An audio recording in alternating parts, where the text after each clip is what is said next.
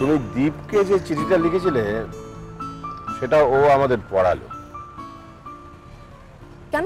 আসলে একটা কনফিউশন হয়েছিল, সেটাকে কাটানোর জন্যই ওর মাকে চিঠিটা এসে মানে এনে দিল। ইনফ্যাক্ট চিঠিটা আমিই পড়ে শোনালাম।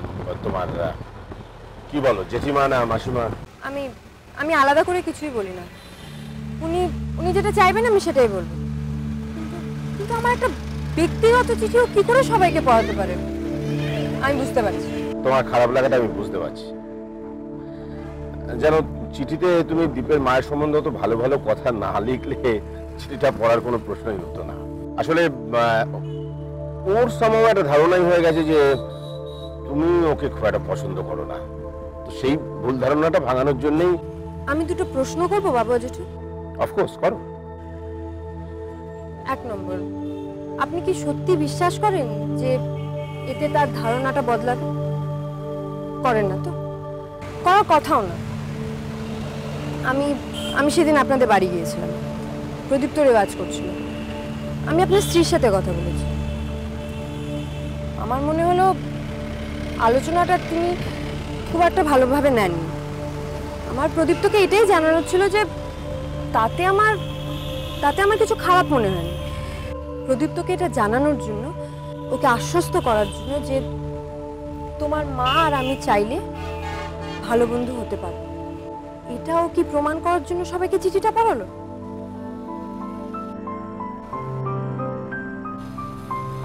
আমার আমার একটু রাগ হচ্ছে বাবু জেঠু। দীপ অন্যায় করেছে। সেই মুহূর্তে গন্ডগোলটা মেটানোর জন্য ও তোমার সেন্টিমেন্টটা পাবলিক করেছে। এটাও ঠিক হয়নি।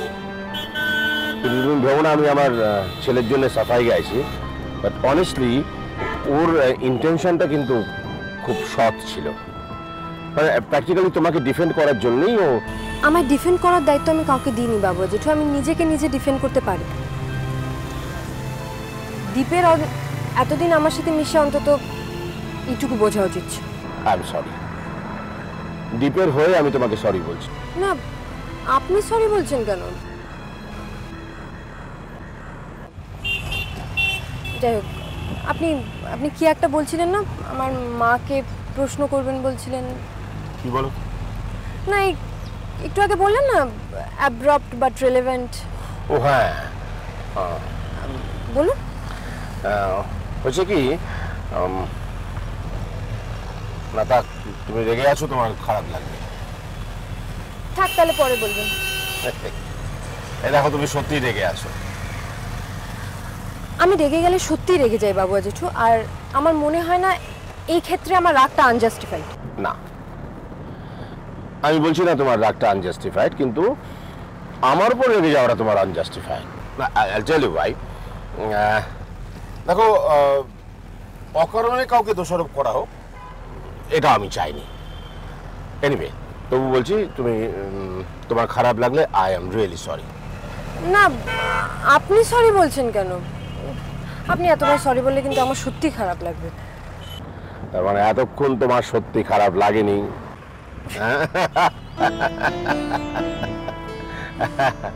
আচ্ছা, তোমার তো এখন ক্লাস নেই বললে, তাই না? তো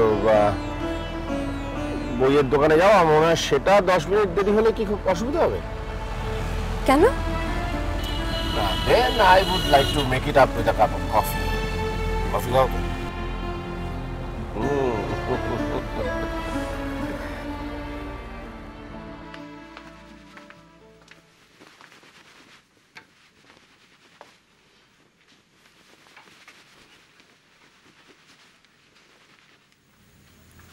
কখন ফিরেছিস কাল?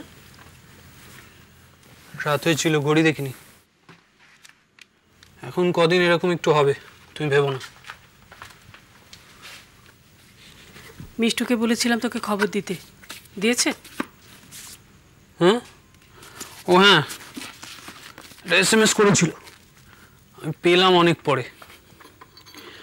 আসলে আমাদের কিচেনটা তো বেসমেন্টে, ওখানে অর্ধেক সময় নেটওয়ার্ক থাকে না।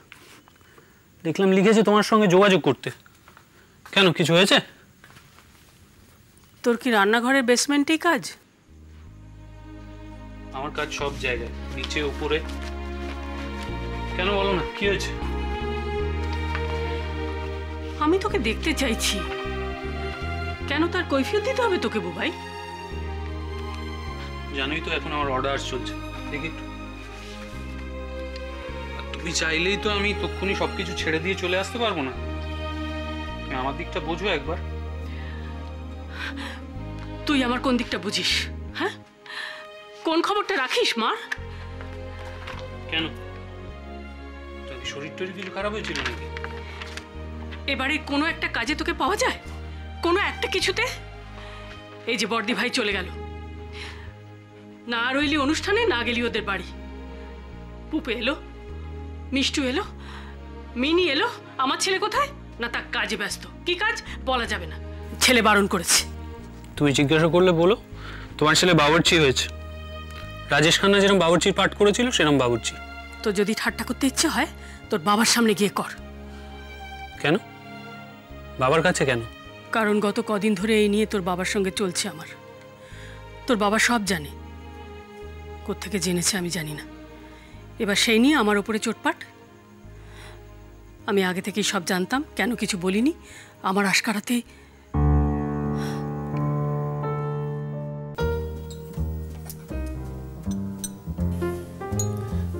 আমি যদি আগের প্রশ্নটায় ফিরে আসি, মানে তুমি যেহেতু জানো যে আমি তোমার চিঠিটা পড়ে ফেলেছি, তাহলে হয়তো প্রশ্নটা মানে অতটা অ্যাব্রাপ্ট লাগবে না। হ্যাঁ বলুন না, আপনি সংকোচ করছেন কেন? না, সংকোচ মানে আমি তোমায় বোঝাতে চাইছি যে তোমার পার্সোনাল ব্যাপারে আমি নাক গলাতে চাইছি না, কিন্তু উত্তরটা আমার কাছে রেলিভেন্ট। হ্যাঁ নিশ্চয়ই, বলুন। বলছি, তুমি কি বিয়ের পরেও কলেজটা চালিয়ে যেতে চাও? কলেজ মানে ইউনিভার্সিটি? মানে আমি তো এই গ্র্যাজুয়েশন কমপ্লিট করলাম, এরপর এমএ পড়ার ইচ্ছে আছে। ইচ্ছে থাকলে পড়বে। আর গানটা?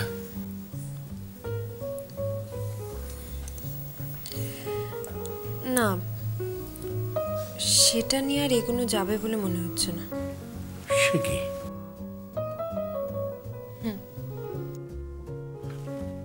কেন? ঠাকুরদাকে পাবে না বলে ভাবছো? আরে যাবে, তুমি ওনার কাছেই যাবে, যেভাবে গান শিখতে যায় লোকে গুরুর কাছে। না, সেটা কোনো সমস্যা নয়। আমি আমি আর গানটা নিয়ে পার্সু করতে চাইছি না। কেন? এত সুন্দর গলা তোমার। সেটা আমার ব্যক্তিগত কারণই থাক। সত্যি তো, একটা নতুন বাড়িতে গিয়ে নানা রকম ভাবে মানিয়ে গুছিয়ে নেওয়ার ব্যাপার থাকে। এখন তো আমার সেরকম কোনো দায়িত্ব নেই, তাই গান, পড়াশোনা এগুলো নিয়ে থাকি। একটা নতুন বাড়িতে নতুন সংসার, অন্য নানা রকম দায়িত্ব, সেসব সামলে আমার মনে হয় না আমি গান আর ইউনিভার্সিটির দুটোকে একসাথে চালিয়ে উঠতে পারবো। না না, এই কখনো হয় নাকি?